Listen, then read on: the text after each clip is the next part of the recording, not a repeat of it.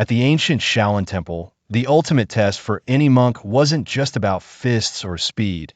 It was the chamber of the 108 wooden men. A dark, winding hall where 108 mechanical warriors waited, each designed to attack, block, or break you. Monks trained for decades to survive it. Most failed. Many never came back. But one monk, he was different. His name was Sante. The challenge begins. Sante stepped into the chamber with one goal: pass the test and leave Shaolin as a true master. The wooden men attacked from every angle: flying fists, swinging iron rods, hidden blades, fire jets, spiked floors. Sante dodged, blocked, countered. His movements were flawless, a dance of precision. He fought through the tiger style, monkey style, and eagle-clawed dummies like water flowing through stone. Hours passed. Sweat poured. His robes were torn. But he kept going. Finally, he reached the final guardian, a massive wooden monk, over 10 feet tall, carved from ironwood, and holding a staff the size of a tree trunk.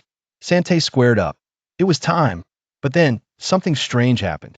As Sante ready to strike, he hesitated.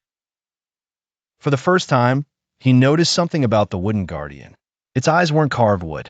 They were real, and they were watching him. Suddenly, a voice spoke, low, ancient, and deep. "Why do you fight?" Sante froze. He was trained to defend, to survive, but why? He never stopped to ask.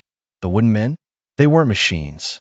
They were trapped souls, monks who had failed the test of enlightenment, doomed to battle forever because they only relied on violence to win.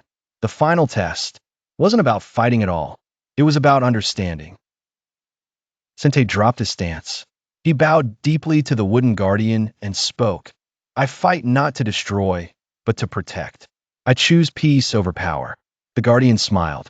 With that, every wooden man in the chamber froze, their arms lowering.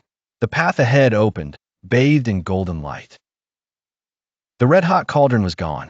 Instead, Sante was marked not by brands of fire, but by light tattoos, a tiger on his right arm and a dragon on his left. He had passed a real test. Mastery of Kung Fu wasn't about fists or brute strength. It was about mastering the self, overcoming the ego.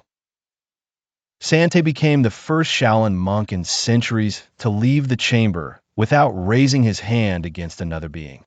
And his legend wasn't just of his power, but of his enlightenment.